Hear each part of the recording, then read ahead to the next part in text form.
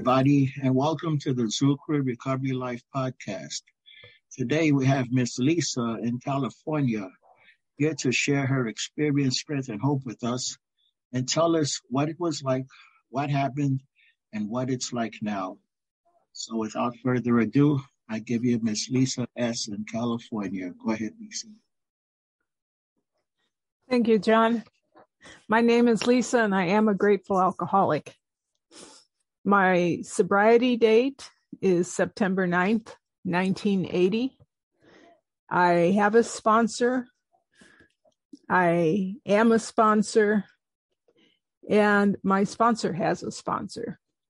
And I usually like to start out with that because I do know that this program works.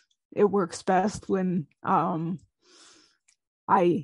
utilize the tools that are given to me. And this is some of the tools that have been given to me. I work the 12 steps. I found it helps me more than just going to meetings. And I will go into what the big book says now for what it was like, what happened, and what it's like now. What it was like, I was born and raised in Chicago. I had two alcoholic parents, and I was the second oldest of five siblings, of the five of us. I always considered myself a victim of circumstances. You see, life really dealt me a lousy hand, and that's how I saw things growing up. I was a victim of circumstances. Not only did I have two alcoholic parents, and I lived very much in fear, but I felt sorry for myself. I was isolated. I felt anger. I was resentful. I felt threatened. I felt I was different from others.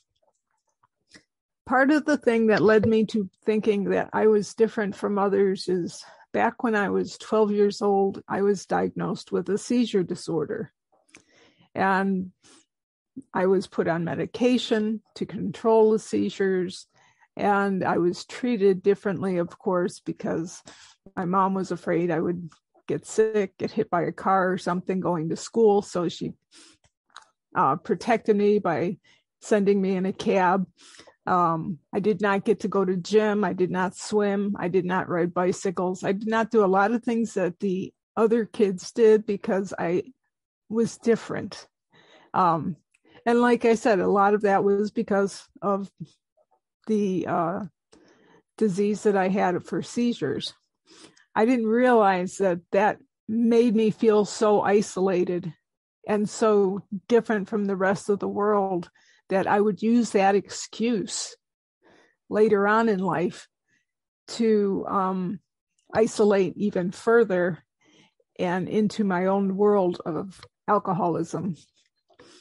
So it was not really until I was 19 years old. Oh, before I get to that, my family noticed that I was acting up.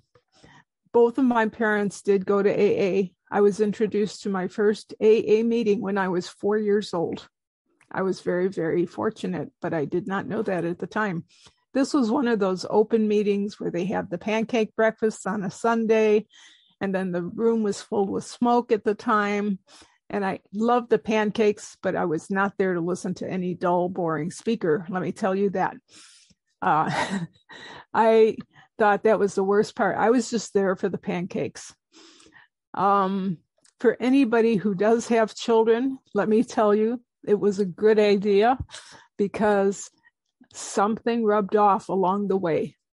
That and all of the later on Alateen meetings that I went to, my parents sent me to Alateen from the time I was 12 to the time I was 18. Did nothing for me at the time, okay, except I learned how to memorize the 12 steps. I learned how to memorize how it works. I learned all the words in the big book. And all I kept thinking of is if only mom and dad would get better, my life would sort out. It would just be fine. If only they would change, everything would be fine in my life. And that's what I kept thinking as I would go through. And somewhere in Alateen, I had heard a talk from Father Martin's Chalk Talk on the disease of alcoholism and how the disease affects the alcoholic. And once I heard that Chalk Talk from Father Martin, I thought, oh, no wonder they can't change. They're alcoholics. And it's like this great big light bulb went on that I suddenly realized my parents were unable to act like normal people because they were alcoholics. They had this disease that they had to treat. And that suddenly brought that light bulb to surface. I was able to see that for the first time, but it did not pertain to me. See, I was not the sick one. They were the sick one. And that is how I looked at it at that time. So, again, going on, I didn't pick up a drink until after high school. My parents had divorced when I was 10, 12 years old, right in there. I was daddy's little girl. And unfortunately, dad did not get sober right away. He did not get sober until much later in my life. And my mom did stay sober. And I think that was part of the reason for the divorce. She needed to keep her sobriety. But that's her story. It's not mine. I was living with my mom at the time. And again, a lot of my anger and resentment was because she had kicked out dad. You know, that was my daddy. And that was part of my anger issues. I did not want to forgive her for doing that. And so I hung on to that anger for as long as I could, or as long as I would allow myself to.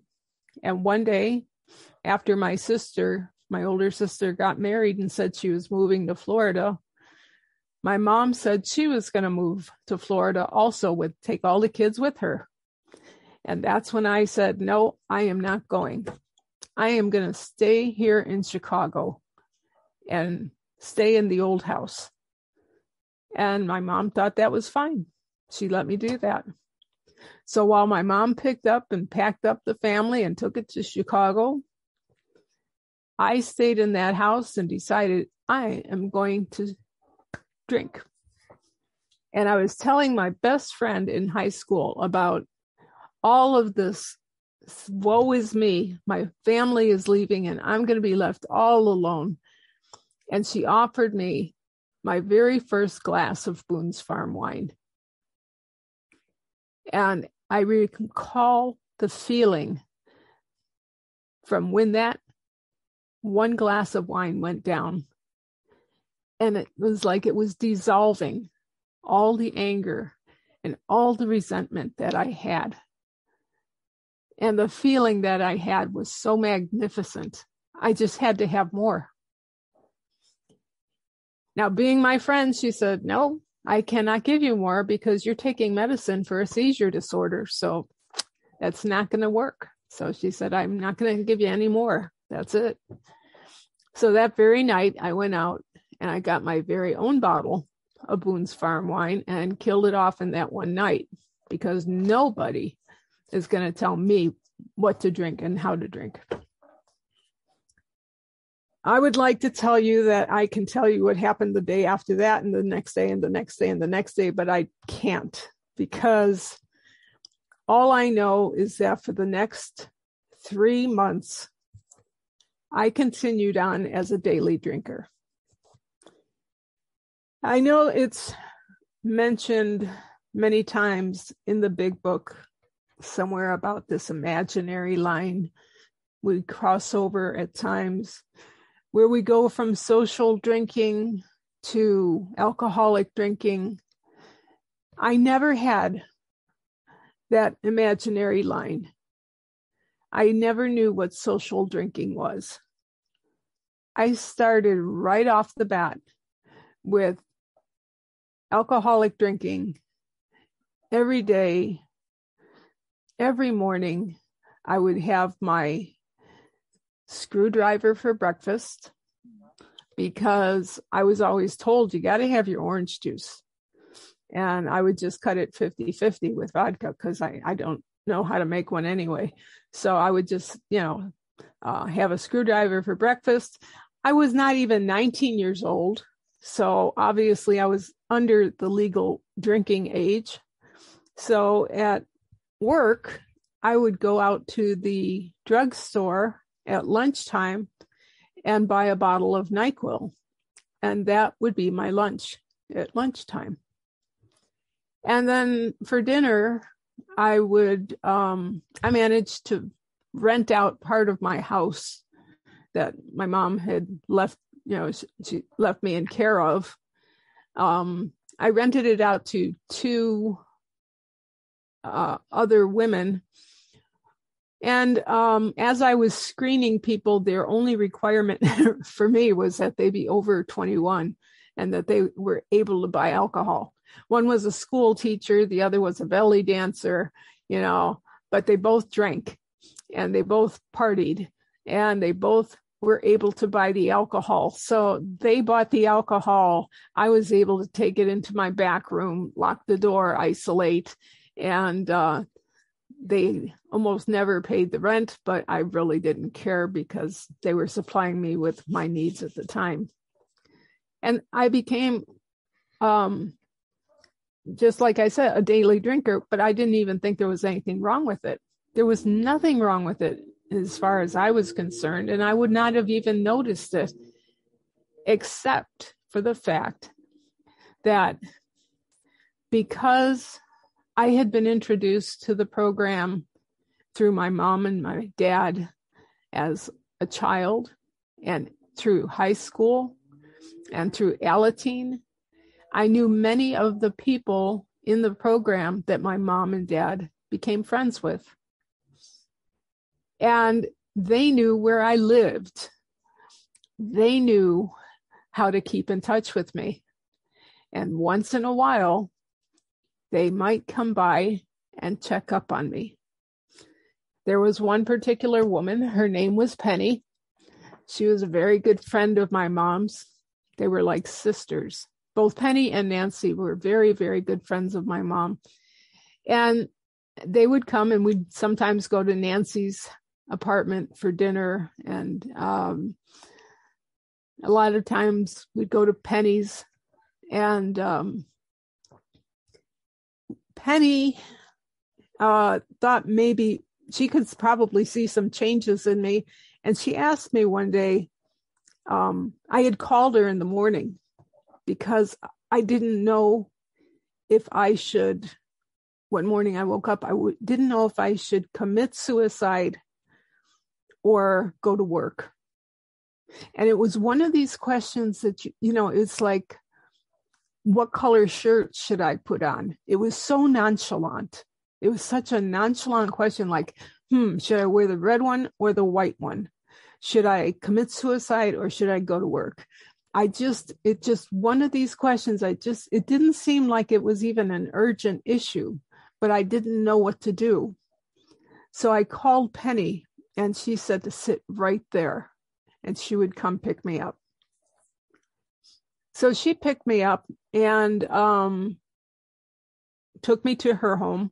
And she says that I may have a low blood sugar problem, hypoglycemia. And then she said, how is your drinking, by the way? And I crossed my arms and I said, it's fine. Thank you. End of subject.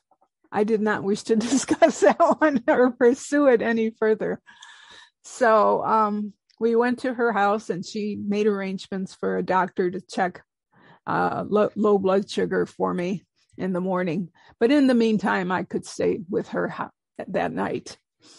And her husband, Don, he was a normal drinker. And in the middle of the night, I woke up about 2:00 in the morning, and my hands were just shaking and trembling like nobody's business. And I went downstairs to see if I had some orange juice or something to drink, or something. And there was a can of beer in the fridge. And I thought, oh, wow, I could drink the beer. And I thought, no. When you pop the top, it makes a noise, and that might wake somebody up. And then you have the empty can, which is a telltale sign, so I can't do that.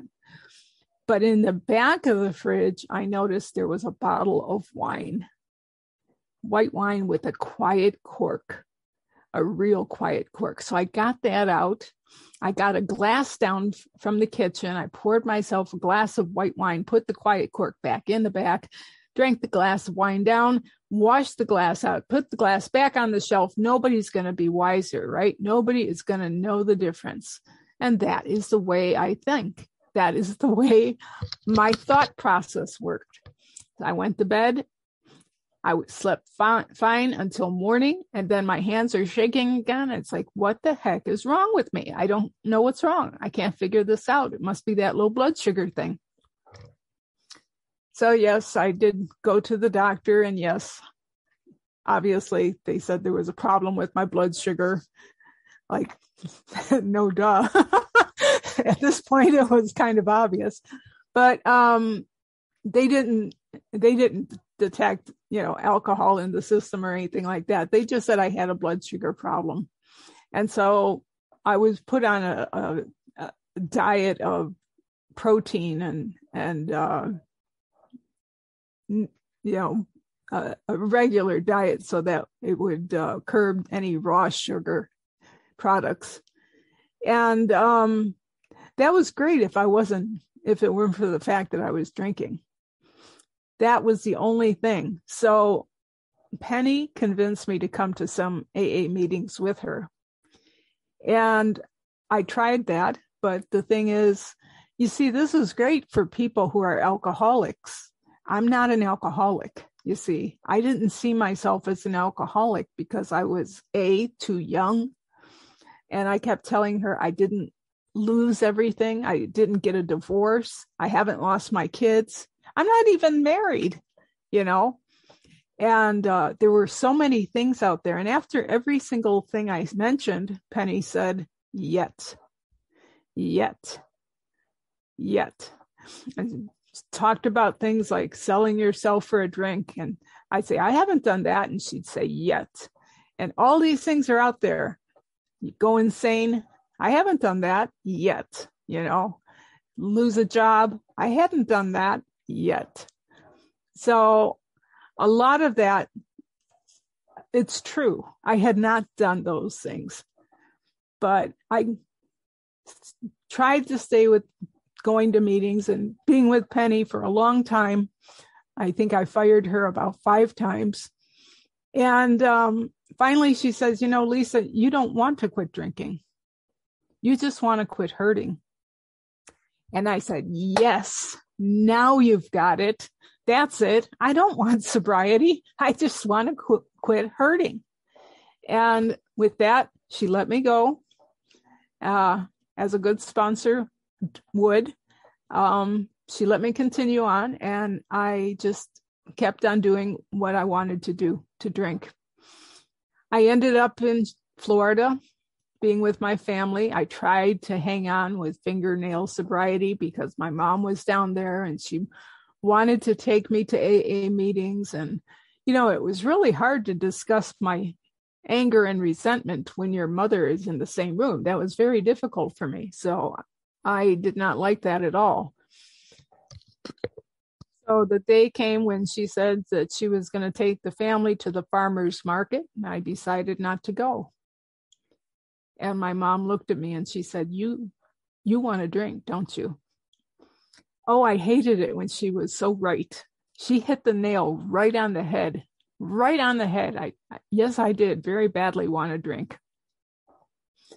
And she knew that because her and I were like, we both thought alike.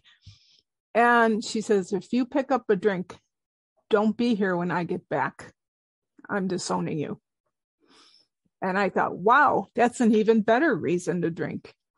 So she left for the farmer's market with the family, and I packed up everything I had, and I took a train from Florida to Chicago. And while on that train, the conductor came by to punch my ticket, and he said, "You look very lonely." And I said, "I am." And he said, "You should be going to Bowling Green, Kentucky." I said, "Why? What's in Bowling Green, Kentucky?"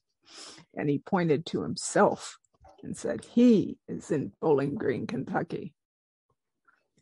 Well, he bought me a couple drinks, and all I can tell you is the next thing I remember, I'm in Bowling Green, Kentucky. Okay. I do not know how I got there. I think that's what they called a blackout. So when you don't remember between one point and another point in your life, I guess that's what they call a blackout. And I must have experienced that because I have absolutely no clue how I got there. A day, I wasn't there for too long. I don't know how long I was there. I have no clue. But he said he had to go back on the train and take the train back down to Florida and back again. And while he did, I realized that, again, this is not normal behavior for me. I could die. And my ticket said I was going to Chicago. Here I am in Bowling Green, Kentucky. I could be one of those cold case situations where, I just disappeared off the face of the earth. And for the first time in my life, I realized how deadly this disease is. This is not normal behavior. This is unmanageable. This is something I cannot control. For the first time in my life, I realized I have absolutely no control over this. The drink took me somewhere where I did not intend to go. And I got out of there as fast as I could. I had to look at an envelope to see even where I was. I had to call a cab to look at the address because I had no clue where I was, and find a way to steal enough money that I could find in the apartment to get myself to Chicago. And I got back to Chicago, and at Union Station, the first phone call I made was to my psychiatrist because I thought, I am crazy. I am absolutely insane. And the psychiatrist did not answer the phone because it was Sunday. The second phone call I made was to Penny, my sponsor, who I fired 5 times already. And she said, "Wait right there. I'll come pick you up." How many times has that same person said, "Wait right there, I'll come pick you up," even after I tossed her aside? That is where in the grapevine, they read the preamble or the responsibility declaration that I am responsible. When anyone anywhere reaches out for help, I want the hand of AA always to be there. And for that, I am responsible. I remember my first sponsor, who was always there for me. And she reached out to me even after I dismissed her many times. I would not be here today if it was not for her. So she came out and she got me. And I wanted to go into a halfway house, but because I was taking medication still for my seizure disorder, and they had already seen that I tried to attempt suicide a couple times before that, they said, "No, you can't stay here." So I said, "Well, then I guess I'm not going to make it in this program." And Penny said, "Nope, that's not true. not in those words, though. She says, you are going to do 90 meetings in 90 days. And at that point, my willingness to listen to Penny was at a point where if Penny said, stand on your head for 90 days, I would have done it because I was willing. I was so willing at this point. I would have done anything she said because I thought I was going to die in Bowling Green. And I know now that alcohol can lead me to a death that's unpredictable. And that scared me. So I did not want to do that. So I continued to go to meetings, but unfortunately, I didn't lose the desire to stop drinking. And I was like, how does that go away? How do you lose that desire to because every morning I woke up, I still wanted to drink. And then Penny kept saying, just don't drink and go to meetings. Don't drink and go to meetings. It will happen. And one morning I woke up and I thought of this on the radio at the time. Anne Murray had the song out, You Needed Me. And that song was playing. I got out of bed and I did not have a desire for a drink. And I figured it was because God needed me for something. I don't know what it was, but that must have been why that day I did not have a desire for a drink. So, I did everything that I was told, started following the steps. I got myself a sponsor. I've had several sponsors. Penny was the first sponsor I had. But willingness was very important for me. I had to start with that willingness and realize I was powerless, totally powerless over alcohol. I finally realized that the alcohol had way more power than I did. Later in life, in my sobriety, I realized it's not just alcohol, but I'm also powerless over people, places, and things. And my sobriety today has brought me to a point where I realize it's not just the alcohol. That was in the beginning. Yes, I'm powerless over alcohol, but today I'm powerless over so much more. I came to believe in a power outside of this, outside of myself. And I was raised in a church, but I figured I was on the blacklist with that higher power, that God. So I didn't think I was going to go anywhere anyway with that belief. So I turned my back on that faith.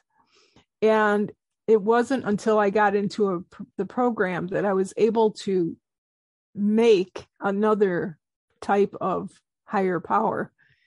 And sometimes I even had to borrow another person's higher power or borrow a concept from someone else because the higher power I had just wasn't working for me. I had to be able to take an inventory of what I had to work with. My first inventory was with a priest only because I didn't know what I was doing. I did it by just saying a bunch of things I think I did wrong, but not really taking it down to the nature of my part in it. I have done several fourth steps in my sobriety, and each time I ask myself, what still hurts? And even now, at this point in my sobriety, usually the 10th step covers most of any major things that have to be cleaned up, any wreckage of my past.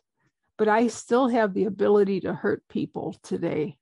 I still have the ability to step on toes and wrong others. And sometimes if I don't make the amends right away, then I have to look at that. I have so much trouble seeing my part in that inventory that I needed the fifth step. I needed that sponsor to help me see my part. And that sponsor, one of the sponsors I had, helped me to see the nature of my wrongs in my relationship with my mother.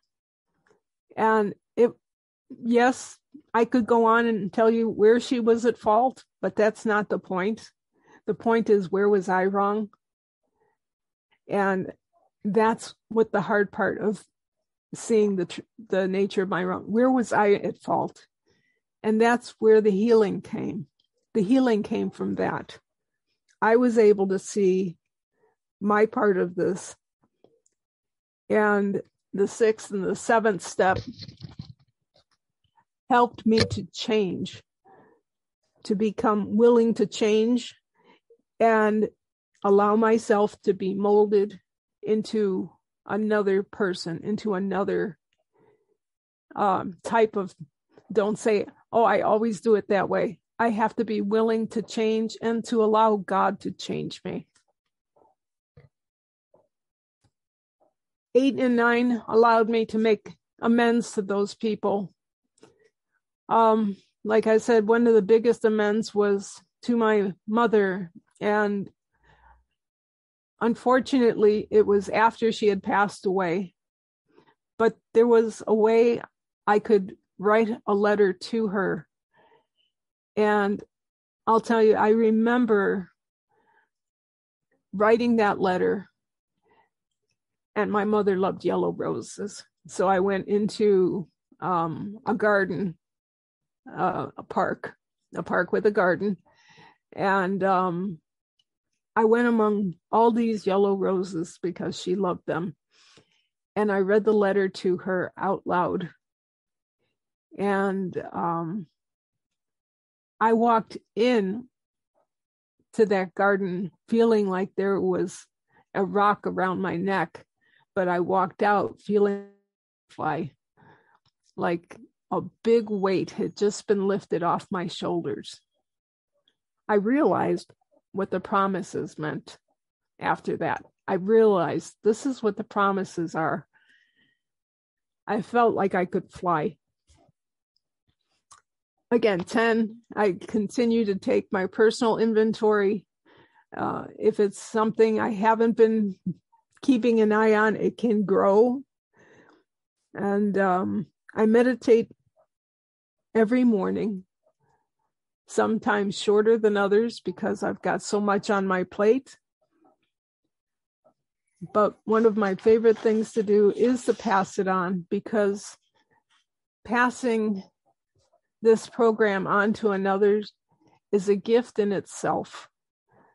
That it is a gift for me.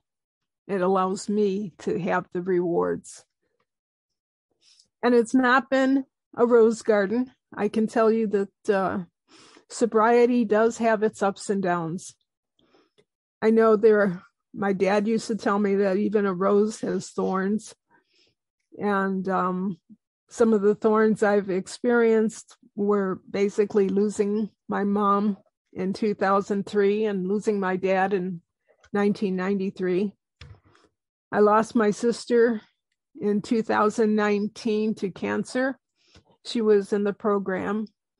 I would always love to call her up and she would say to me, if I had a problem, I would be whining and going over and complaining. And she'd say, really, what step are you working? Yeah. So it was always wonderful to listen to my sister. My husband and I lost a child in 1988. He only lived for 12 days. I've lost several jobs in sobriety. One time I was out of work for 13 months, and I was the only sole paycheck for our family. My husband had no income at the time, and my daughter was living here, and somehow we got through that. And I did not pick up a drink for any of these. I've had car accidents, injuries, financial issues. They call that life in the big book, life on life's terms. And yeah, you can go through it without picking up a drink. It is possible. And now my loving husband of 38 years is disabled, and he needs me to be his caregiver. He's not able to spoil me rotten like he's been doing for the past 38 years. It's my turn to step up to the plate and take care of him, not as a victim, but out of gratitude. And that's the big difference, because I've always seen myself as a victim as a kid. I thought I was a victim of two alcoholic parents. I thought I was a victim. I'm not a victim. I'm grateful that my parents introduced me to the program so young. Maybe that's why I got here when I did. And now, on the upside, I've experienced this beautiful marriage to the man of my dreams. Okay. He's still my best friend, even after 38 years. We've raised a healthy child who's got a good head on her shoulders. She's very considerate of others. I'd like to take all the credit for it, but I can't. She's just a good person. I've gone back to school in 2012 to get my degree. I always wanted a degree ever since I was a kid. I could see my tombstone. It was going to say, "Here lies Lisa. She never got her degree." Well, in 2012, I changed that. I went and got my bachelor's of science degree in computer science, specializing in software engineering, and I graduated with honors. So I own a home. I've had a career for over 35 years in the same field. I've got my health, a car, so many things that I can be grateful for. And every morning I share them. I share them with my sponsor, my sponsee, in my morning meditation. And we each say at least 3 different things that we're grateful for. We can't say the same thing over and over again. That's cheating. So we try to think of 3 new things that we're grateful for every morning. Because my dad used to always tell me, you would never find a grateful drunk. And that's how I believe it. I'm very grateful to this program. I'm grateful for all it's given me. I'm grateful to have been here today. Thank you very much. Lisa, thank you so much. I love this Zoom platform, because chances are we would have never met except for Zoom. And I'm glad you all stumbled into our meeting and agreed to do this just a few days ago, I think Thursday. And here It is. We're getting it done. Yeah, I'm glad I had this opportunity to do so. Thank you very much for asking me.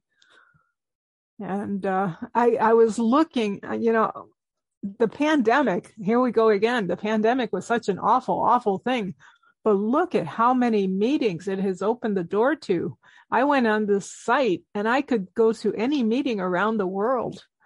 And it's more difficult to get to meetings now because I need to be here for my husband.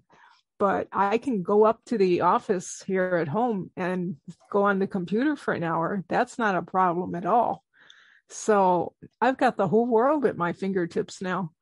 And what a blessing that is.